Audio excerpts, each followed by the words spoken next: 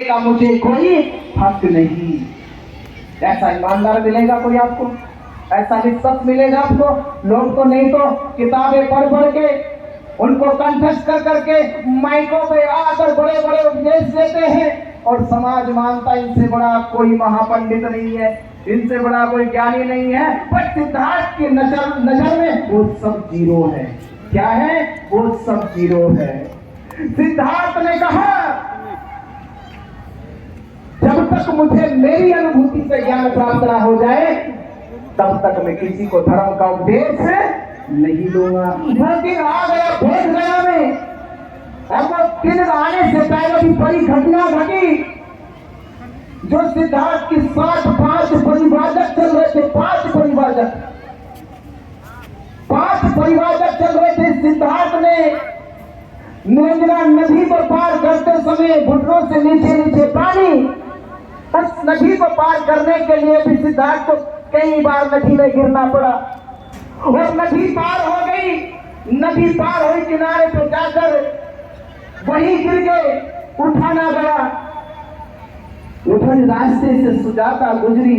सुजाता ने देखा कोई मुनिवर, कोई साधु जिसके सर के बाल बड़े बड़े हैं, इस साधु के भेष में, जिसका शरीर पूरी तरह से, जिसका मांस हड्डियों पर चिपक गया है, मांस दिखाई नहीं देता, जो अपने शरीर को इतना तपा रहा है, इतना कष्ट दे रहा है, इसको कौन सी पीड़ा है, इसकी कौन सी इच्छा है जिसके कारण अपने शरीर को ये पूरा सुखाए जा रहा। सुजाता सिद्धार्थ के पास पहुंची और कहा, हे मुनिवर, मैं आपके शरीर को देखकर व्याकुल मन में सवाल ले बैठी हूं, चिंता में डूब गई हूं।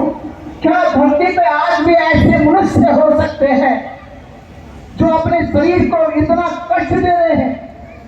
क्यों दे रहे हैं? क्या पाना चाहते हैं आप? उस सिद्धार्थ ने लड़खड़ाती आवाज में कहा, हे देवी, मेरी बुद्ध बनने की सोच है, ऐसी संकल्पना मेरी है, मैं बुद्ध बनूं और मैं उसी के प्रयास में रत हूं। सुजाता ने कहा, हे मुनिवर, मैं तो जानती नहीं कि बुद्ध क्या होगा, बनोगे या नहीं बनोगे, पर मेरा एक छोटा सा सवाल है, अगर आप उसका उत्तर देंगे तो शायद मैं आपके इस तरह के तप से, इतनी जटिल तपस्या से संतुष्ट हो जाऊं। सिद्धार्थ ने कहा, सवाल कीजिए।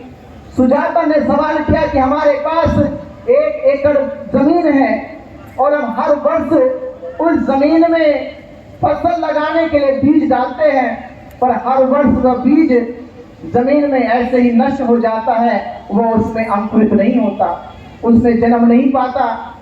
हर वर्ष हम सिंचाई भी करते हैं, खाद भी डालते हैं, फिर भी वह बीज जन्म नहीं लेता, अंकुरित नहीं होता। तो क्या आप हमें बताएंगे कि खेत की समस्या है या बीज की समस्या है, या हमको खेती करनी नहीं आती? तो तथागत सिद्धार्थ कहते हैं कि हे देवी, ना तो आपकी दिक्कत है कि आपको खेती करनी नहीं आती, आपको भी खेती करनी आती है, आपका बीज भी अच्छा है। मेरा ध्यान जाता उस खेत की ओर, मुझे लगता है कि वो खेत उपजाऊ नहीं है, उस खेत में बीज को जन्म देने की शक्ति नहीं है, उस खेत में वो सृजनात्मक ऊर्जा नहीं है जो बीज को अंकुरित करती है। मुझे लगता है वो खेत या वो जमीन बंजर हो चुकी है, और बंजर भूमि में किसी भी प्रकार का बीज डाला जाए, कोई कितना भी माहिर किसान खेती करे तो भी उसमें खेती नहीं कर पाएगा। तो सुजाता ने कहा, हे मुनिवर, ये बात तो 100% सही है, पर क्या ये बात मेरे लिए सही है या आपके लिए भी सही है? क्या ये बात मेरे लिए सही है या ये बात आपके लिए भी सही है? सिद्धार्थ कहते, मैं समझा नहीं। तो सुजाता कहते कि मुनिवर समझे नहीं या समझना नहीं चाहते। मुझे उपदेश दिया कि जिस खेत में ऊर्जा नहीं है, सृजनात्मक शक्ति नहीं है, वो खेत किसी भी बीज को जन्म नहीं दे सकता। तो हे मुनिवर, जो शरीर पूरी तरह से ऊर्जा से नष्ट हो गया है, ऊर्जाहीन हो गया है, ऐसे शरीर में बुद्ध का जन्म कैसे होगा? जो शरीर ऊर्जाहीन हो गया है, जो शरीर अपने बल में चल नहीं सकता, जो शरीर अपनी आंखों से दूर तक देख नहीं सकता, जो शरीर अपने कानों की दूर से आने आवाज को सुन नहीं सकता, वो शरीर अपने भीतर बुद्ध का जन्म कैसे? इतनी बात को समझने के लिए बात को एक क्षण में अगर खड़े हो गए और कहा कि ये भोजन मेरे लिए भोजन की व्यवस्था करे। अरे ये शरीर प्रकृति का है, बनावट का नहीं है, और प्रकृति ने इसको भूख दी है भोजन की। ये शरीर प्रकृति का है और प्रकृति ने इस शरीर को भूख दी है भोजन की। भोजन खाना नियम नहीं है, भोजन करना कोई की आवश्यकता है। भोजन ना करना नियम नहीं है, भोजन करना कोई की आवश्यकता है।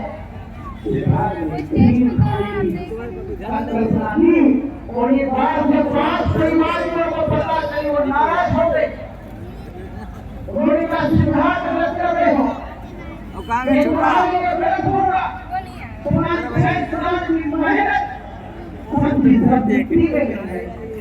तुम भ्रष्ट हो जाओगे, भ्रष्ट हो जाओगे।